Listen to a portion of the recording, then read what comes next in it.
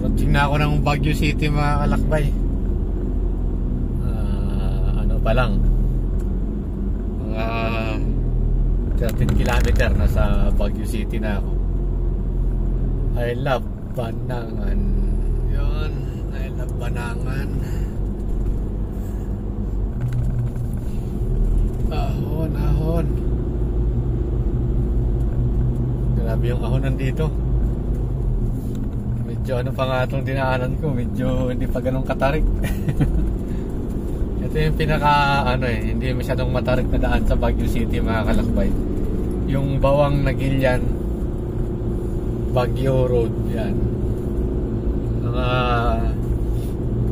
Meron ng 2 oras mga kalakbay mula sa Bawang. Bakit ko ito ng Baguio pag dito ka dumaan. Yan, ahon ulit. Banking, banking. Banking sa kaliwa. Banking sa kanan. Parang mafag na yun yung downtown ng Baguio mga kalakbay. Papansin ko medyo ambon-ambon dito konti. Medyo mafag nga mga kalakbay. Pero malalayo pa ako sa pinaka Baguio City talaga. Pero dito sa bundok malata ko na yung fog medyo makapal na. Hindi mo na matanaw yung mga nung kahoy sa baba.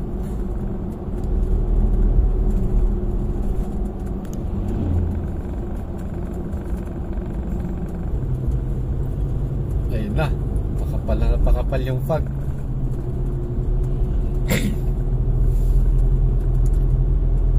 Grabing kapal.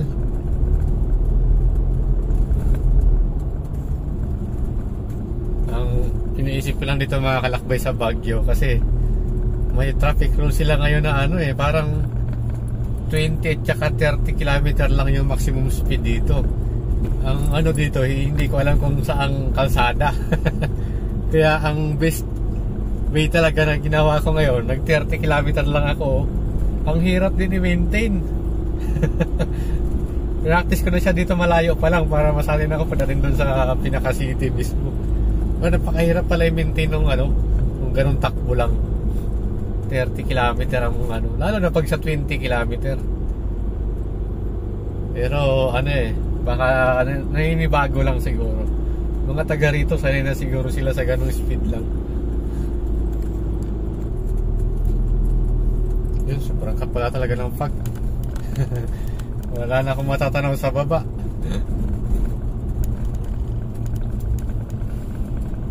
Malamig pala ngayon sa Baguio City mga kalakbay. Bakit parang nagbago na ata yung hangin, amihan na ata kaya medyo lumamig na lalo dito.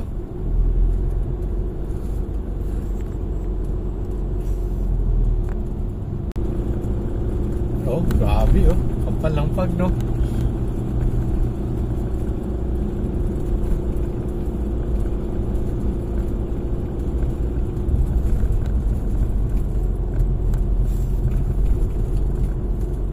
nasa lupa na yung yung ulap mga kalakbay. Bumaba na yung ulap sa lupa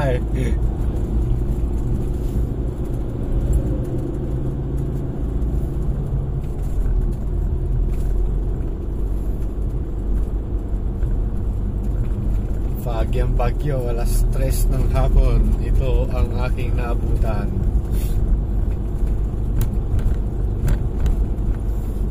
Sobrang kapal ng fog. Kaya chill lang.